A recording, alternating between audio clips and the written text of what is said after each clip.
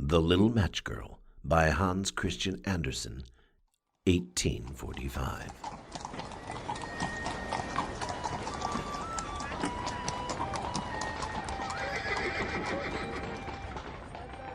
Most terribly cold it was. It snowed and was nearly quite dark, and evening, the last evening of the year. In this cold and darkness, there went along the street a poor little girl, bareheaded and with naked feet. When she left home, she had slippers on, it is true, but what was the good of that? They were very large slippers, which her mother had hitherto worn. So large were they, and the poor little thing lost them as she scuffled away across the street because of two carriages that rolled by dreadfully fast. One slipper was nowhere to be found. The other had been laid hold of by an urchin, and off he ran with it. He thought it would do capitally for a cradle when he some day or other should have children himself. And so the little maiden walked on with her tiny naked feet that were quite red and blue from the cold.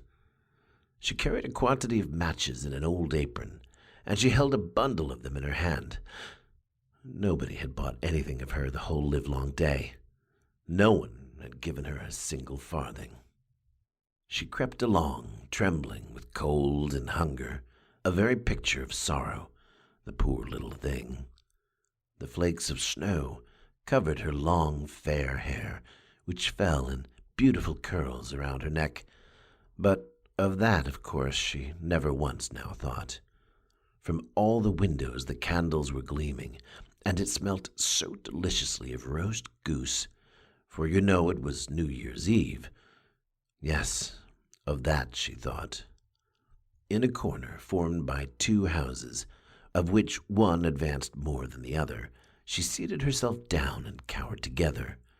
Her little feet she had drawn close up to her, but she grew colder and colder. And to go home she did not venture, for she had not sold any matches, and could not bring a farthing of money. From her father she would certainly get blows, and at home it was cold too, for above her she had only the roof through which the wind whistled, even though the largest cracks were stopped up with straw and rags. Her little hands were almost numbed with cold. Oh, a match might afford her a world of comfort, if she only dared take a single one out of the bundle, draw it against the wall, and warm her fingers by it. She drew one out. How it blazed, how it burnt! It was a warm, bright flame, like a candle, as she held her hands over it. It was a wonderful light. It seemed really to the little maiden as though she were sitting before a large iron stove with burnished brass feet and a brass ornament at top. The fire burned with such blessed influence, it warmed so delightfully. The little girl had already stretched out her feet to warm them too, but the small flame went out. The stove vanished. She had only the remains of the burnt-out match in her hand. She rubbed another against the wall. It burned brightly, and where the light fell on the wall, there the wall became transparent like a veil, so that she could see into the room. On the table was spread a snow-white tablecloth. Upon it was a splendid porcelain service, and the roast goose was steaming famously with its stuffing of apple and dried plums. And what was still more capital to behold was the goose hopped down from the dish, reeled about on the floor with a knife and fork in its breast, till it came up to the poor little girl, when the match went out, and nothing but the thick, cold, damp wall was left behind. She lighted another match. Now there she was, sitting under the most magnificent Christmas tree.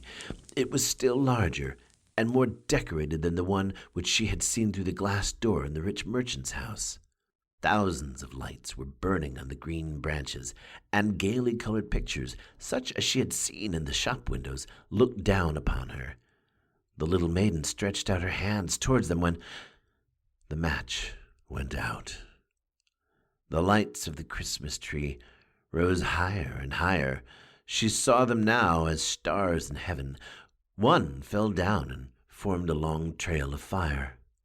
"Someone is just dead," said the little girl, for her old grandmother, the only person who had loved her, and who was now no more, had told her that when a star falls, a soul ascends to God. She drew another match against the wall.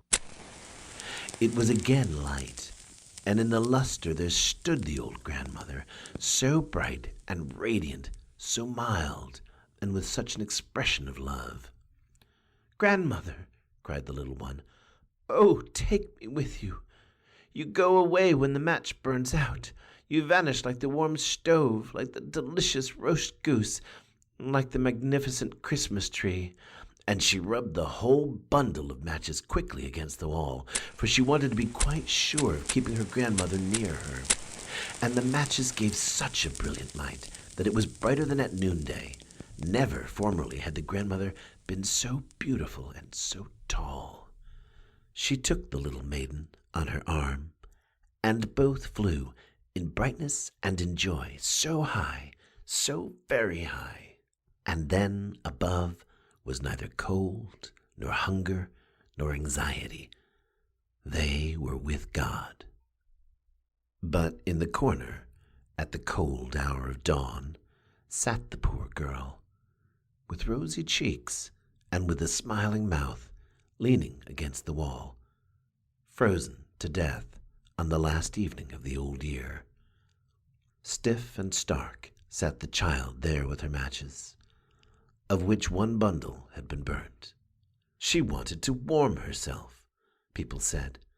No one had the slightest suspicion of what beautiful things she had seen.